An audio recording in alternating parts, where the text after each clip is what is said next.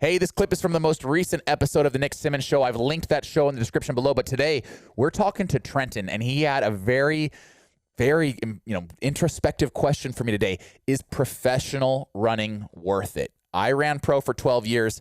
There's some pluses and minuses when it comes to pro running, and I talk about both of those in today's clip. Let's roll that now.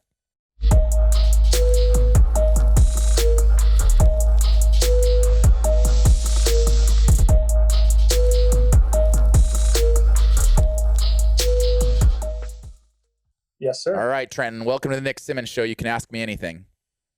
Alrighty. So, right now I'm kind of at a crossroads between, let's switch my situation. So I'm going to college out of the city, Grand Canyon University.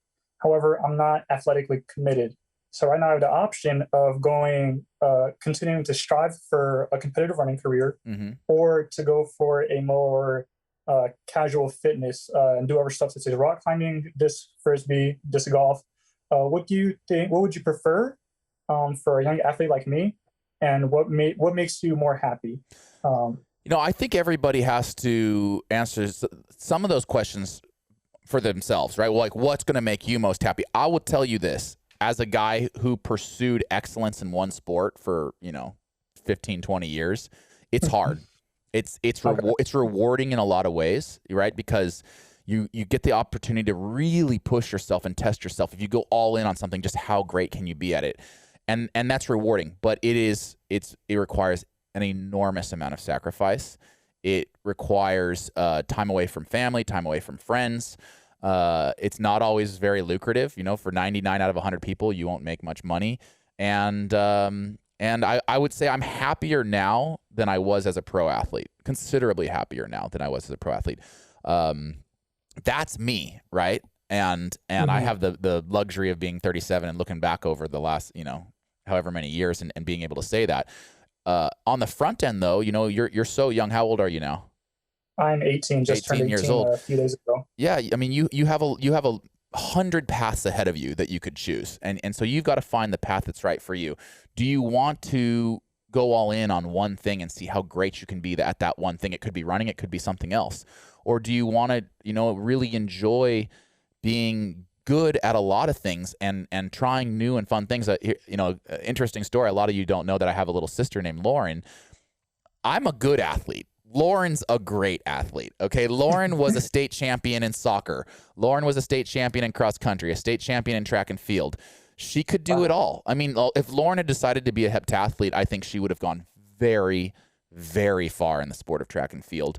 That's impressive. But Lauren, she is a super impressive athlete. But Lauren, at the end of her high school career, having been a 3 or 4 sport athlete, she's like, you know what? I think I just want to go enjoy being a collegiate, person. She did intramurals. She was part of clubs. She met her future husband. She had a part-time job. She wanted the full college experience. And this is my little sister is 2 years behind me. She saw me kind of going all in on running and how hard it was for me at the collegiate level. And I think that maybe that shaped her a little bit, but Lauren's also very independent. She knew what she wanted for herself, and that was the collegiate experience that I wasn't getting.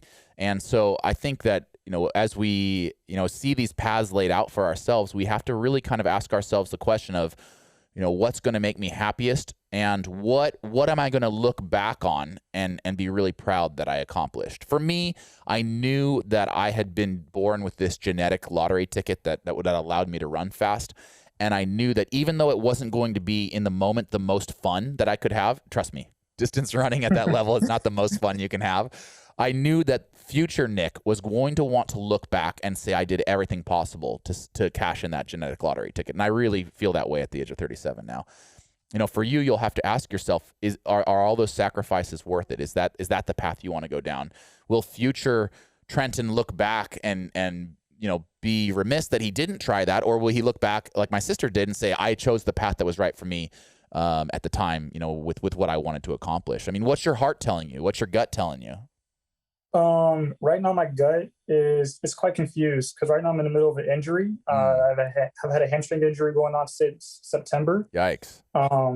So kind of still trying to heal that, figure out what exactly it is. But I honestly want to do competitive running. Yeah. If I was not injured, that would be the path I would be most likely striving for. Yeah. And I'll say this, competitive running can take a lot of different forms. It doesn't have to be go to a D1 university, try to make an Olympic team. I mean, that's how most people try to do it. But competitive running can be a million things. Competitive running could be trying to be the fastest 5K runner you want to be, and just training with the local club. Competitive running could be, I know a lot of competitive runners who are really into ultras. I don't understand why they like that, but they're very competitive and they have a wonderful time training for it. So I think that if that's a path that you might want to pursue, then obviously the underlying foundation of that path is getting healthy and taking care of that hammy. So that's step number one. And do you start university in the fall? Yes, I go sometime. I forget what month, but yes, it's in the fall. Well, I'll give you one last piece of advice because I think that you are at one of the coolest parts of any person's life. When you leave high school and you go to college, or leave high school and start looking at the real world, it is one of the most exciting parts of any person's life because there are so many paths you could go down. And I'll say this, there are probably paths that you will end up going down that you can't even foresee right now. I am a YouTuber. That's what I call myself. I'm a YouTuber first and foremost. I love YouTube. I'm obsessed with YouTube. I dream all day and night about how I can make better YouTube videos. At 18, YouTube didn't even exist. Right? So here's a path that I've chosen to go down that I'm so happy I've gone down. And at your age, when I was your age, it wasn't even a path that was an option because it didn't even exist yet. So just continue to pursue your passion, pursue your interests, and know that there are going to be many, many branches. Whatever path you take, there are going to be more branches, and you'll have to have this same question that, the same thought process that we're having right now multiple times as you continue to pursue all the wonderful opportunities that are presented to us here in America as we go and live these wonderful lives. Thank you very much. Thanks so much for calling in, Trent. I hope that helped a little bit. Yeah, it helped a lot. Thank you very much. Hey, I really want to thank all of you for watching these clips, and I really want to thank those of you who join me in my weekly Zoom meetings to ask me these questions. If you want to join, just text me at the number below here. I send out a text blast before every single recording. You could join me on the Nick Symmonds Show and ask me anything.